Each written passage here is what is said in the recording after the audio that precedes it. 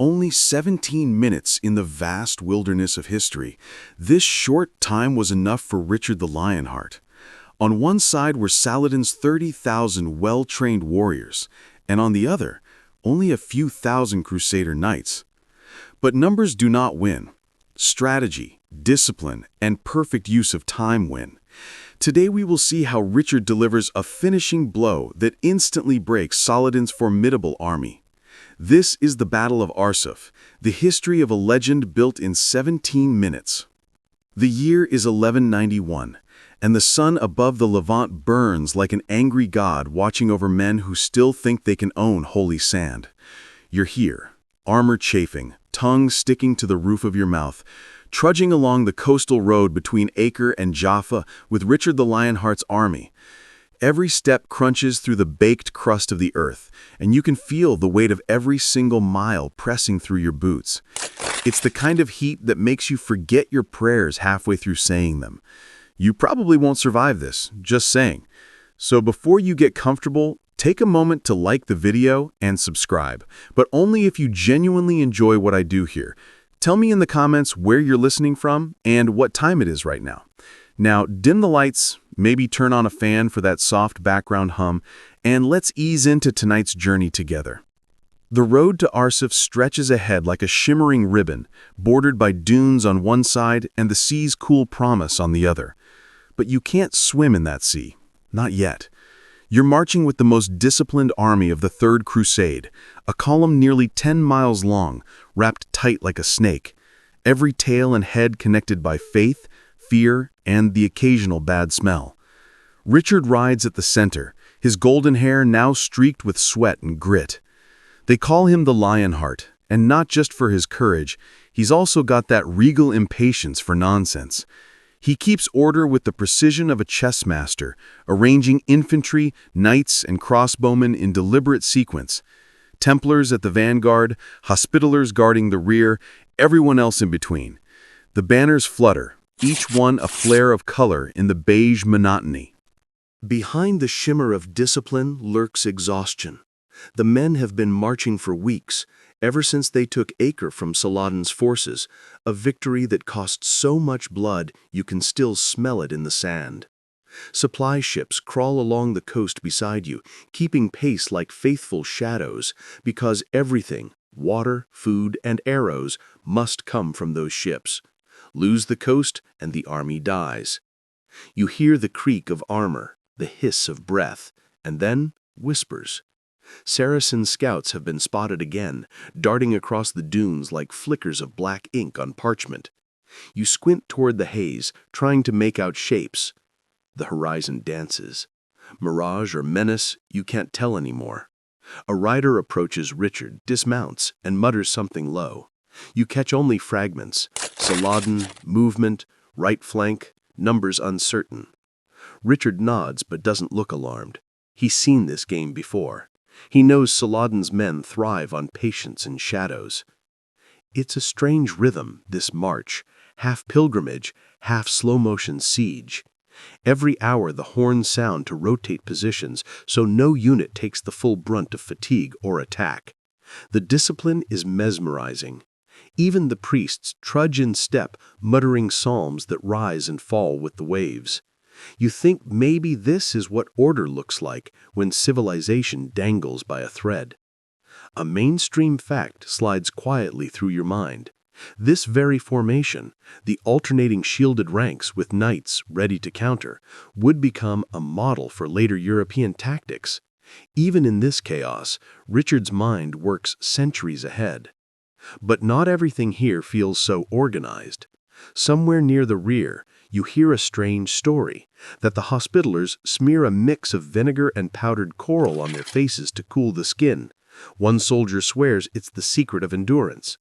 Another laughs and says it's just medieval nonsense, like the crocodile dung sunscreen you overheard about in camp. Maybe both work, maybe nothing does. Historians still argue whether Saladin deliberately let this march drag on to exhaust the Crusaders, or simply struggled to coordinate his own vast, scattered cavalry. But as the miles roll by, one thing becomes obvious. You're walking straight into a trap designed by a master. The sky burns orange as the day folds into itself. You pass wreckage from older battles, shattered lances, a half-buried helmet glinting like a lost promise.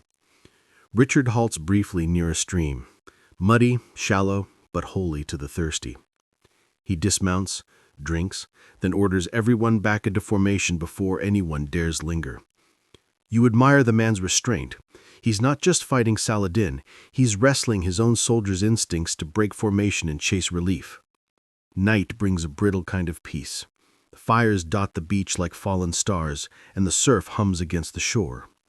You lie on your back, eyes open to a sky too big for comfort. You wonder what tomorrow will bring. If the mirages will turn to enemies, if Richard's caution will hold, or if Saladin's invisible hand will finally close. You drift between dreams of water and war, hearing the faint jingle of armor as the sentries pace by. The desert doesn't sleep, and neither do you. Somewhere out there, thousands of riders are already moving in silence, tracing the same coastline, waiting for your next step. Morning hits like a slap from the sun. The first light crawls across the horizon, and before you even set up, you taste dust in your mouth. The air's heavy with the smell of iron, armor, weapons, and fear. Richard's command comes before breakfast. March! The drums start again, that steady heartbeat of inevitability. You fall into line, your feet sinking into sand that's already warm enough to burn. The sea to your left glitters like liquid glass, so close you could run to it and dive in, but you won't. You remember the warning. Saladin's cavalry waits inland, beyond those dunes, and if you break formation to chase relief, you'll never see the army again. It's around midday when the first arrows fall. Thin, hissing notes of death. One lands near your feet, trembling like a warning finger.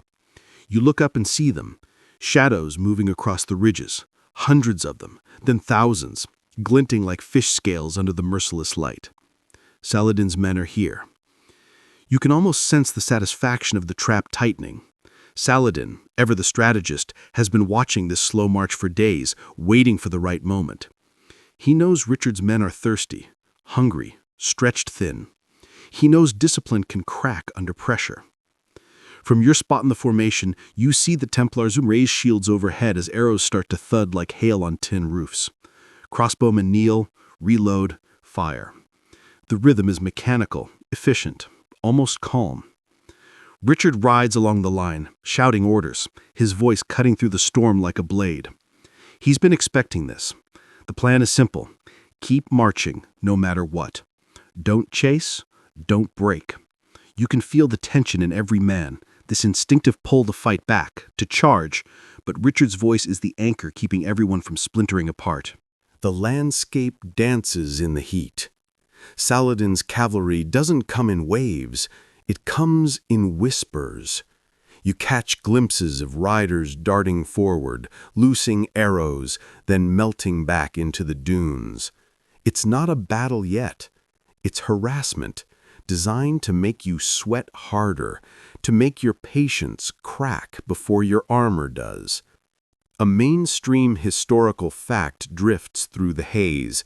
The Battle of Arsuf would become one of the few direct field engagements of the Third Crusade, a rare moment when both Richard and Saladin gambled everything in open combat rather than shadow games. And right now, you're standing in the middle of that gamble. Richard rides past you again, his chainmail shimmering like a mirage itself. He gives the order for the horns to sound, rotations begin. The units at the edges pull in, reforming, protecting the weaker flanks. It's like watching a living organism adapt under fire. Every movement, every shout fits into a pattern that somehow holds. Still, Saladin presses. The attacks come closer now, horsemen swooping down, their curved blades flashing before they veer away. You catch glimpses of banners, Arabic script fluttering against the wind, and you can't help but admire the precision. They're not reckless, they're testing you. Then a strange pause. The arrows stop, the dunes go still. Even the wind seems to hold its breath. Somewhere in that shimmering distance, Saladin watches, waiting for a signal that only he knows. Historians still argue whether this moment, this eerie lull, was part of a deliberate feint or simply hesitation among his commanders. But you feel it like pressure in your chest. Something's about to break. The men murmur prayers. The priests walk the line again, sprinkling water that evaporates before it even hits the ground. You notice a curious thing. One of the sergeants carries a pouch of dried pomegranates. He says they're for courage and offers you one. It tastes like bitter sugar and sand, but you chew it anyway. It's oddly comforting, even if it's probably doing nothing. The first real charge comes at noon. You hear it before you see it, the thunder of hooves, the rising hum of thousands of voices calling the same name, Allahu Akbar. The sound swells like a wave ready to break. The dunes erupt in motion, and suddenly the horizon isn't empty. It's alive with 30,000 riders cascading toward you like the desert itself has turned into war. For a moment, everything in you screams, run, but you don't. You tighten your grip on the shield, lower your stance, and wait. Richard rides to the front now, near the Templars. He raises his sword, gleaming like a shard of sunlight, and you realize he's smiling, not madly, but knowingly. The trap has sprung both ways. The Muslim cavalry slams against the Crusader line, a roar of impact and chaos. Shields rattle, spears snap, men scream, horses rear. Dust swallows everything. You can barely see 5 feet ahead. It's less a battle than a storm, one made of steel and noise. You feel your own heartbeat racing to the rhythm of hooves. Yet somehow, Richard's formation holds. The infantry absorb the shock, the knight's weight, impossibly disciplined, barely moving. You wonder how they resist. Every instinct says to charge, to meet the fury with fury. But Richard's signal hasn't come yet. Then, over the din, you catch sight of a flash. Saladin's banner rippling in the distance, emerald and white. He's somewhere back there, surrounded by guards, watching, calculating. You can't help but respect him.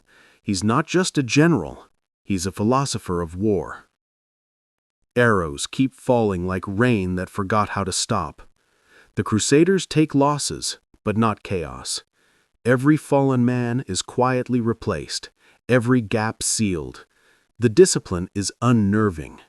And you realize, this, more than numbers, is Richard's real weapon.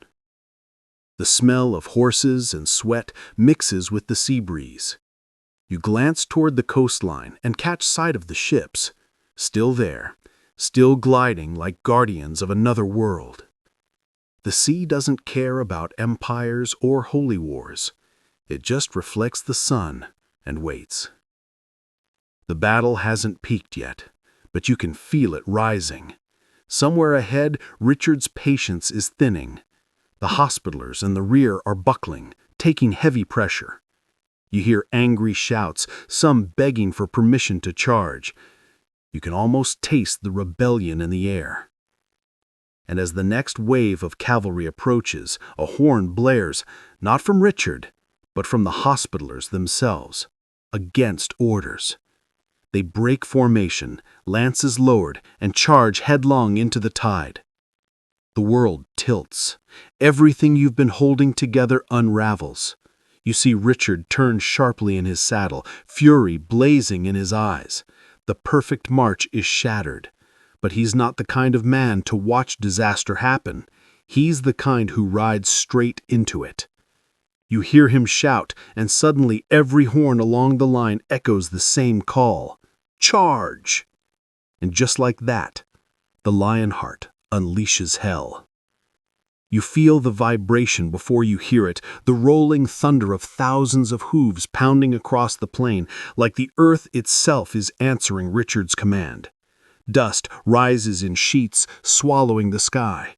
The air fills with a deafening roar, men shouting, horses screaming, blades colliding. The 17 minutes that follow will carve themselves into legend. But for now, you're just trying to breathe through chaos that smells of sweat, iron, and sand. Richard the Lionheart spurs his warhorse forward, his sword gleaming in the noonday sun. He's not hiding behind the lines anymore. He's at the very front, golden mane whipping behind him like a banner of defiance.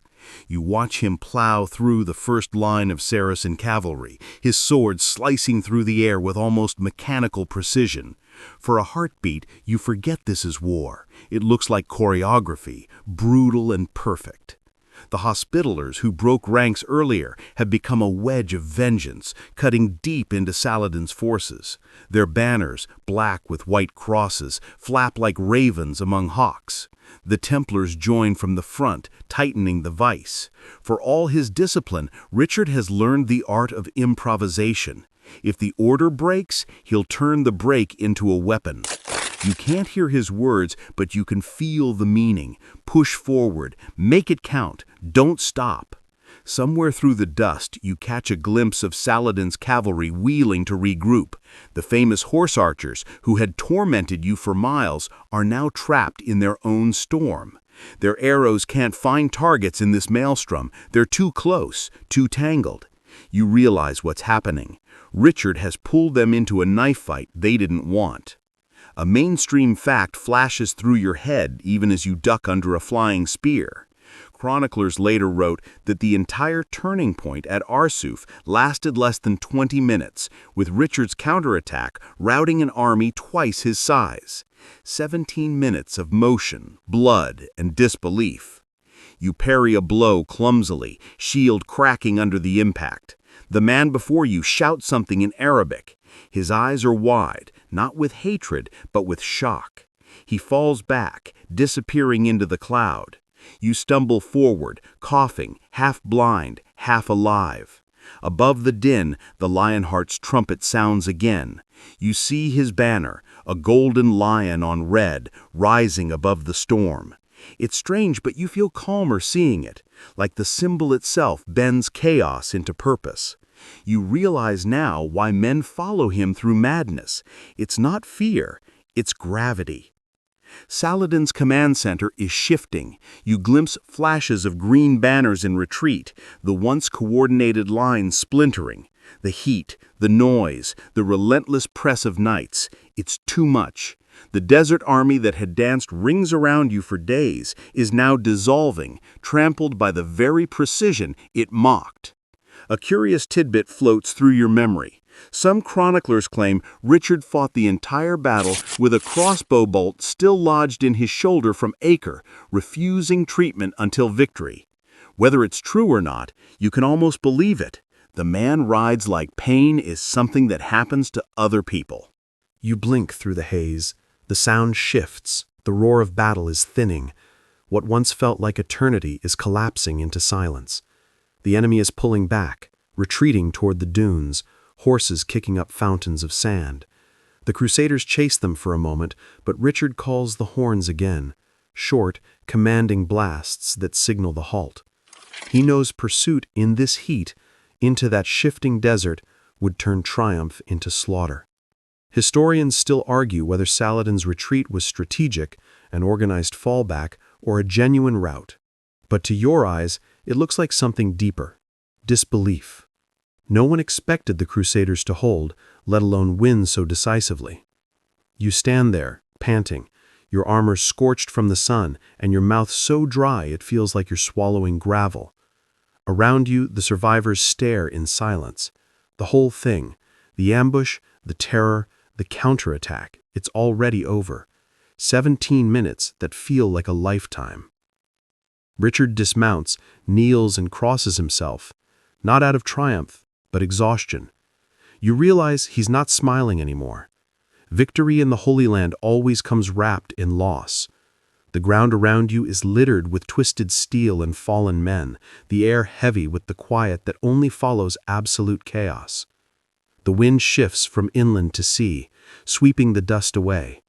The world reappears in fragments, the blue shimmer of the Mediterranean, the broken lances, the bent banners still fluttering weakly. You can hear waves again, that steady, eternal rhythm beyond all the noise humans make. You remember the superstition whispered before the march. If you survive Arsuf, you'll live forever. It was meant as encouragement, but it feels more like a curse now. You survived, but part of you is still back there in those 17 minutes, echoing between dust and sunlight. The army begins to move again, slower now, toward Jaffa. The wounded are carried, the dead counted. Richard rides along the line, nodding to men who bow their heads in respect. He doesn't give speeches, he doesn't need to. The victory speaks louder than any words could. And now, as the march resumes, something gentler takes over the story. The battle is behind you. The noise fades. You feel the rhythm of footsteps and waves merging into one lullaby. The sun begins to set, painting the sea gold, then violet. You think of Saladin, somewhere beyond the dunes, tending to his own wounded, calculating his next move. There's no hatred in the thought, just a strange understanding. Two men, both legends now, trapped in a war too big for either to win completely.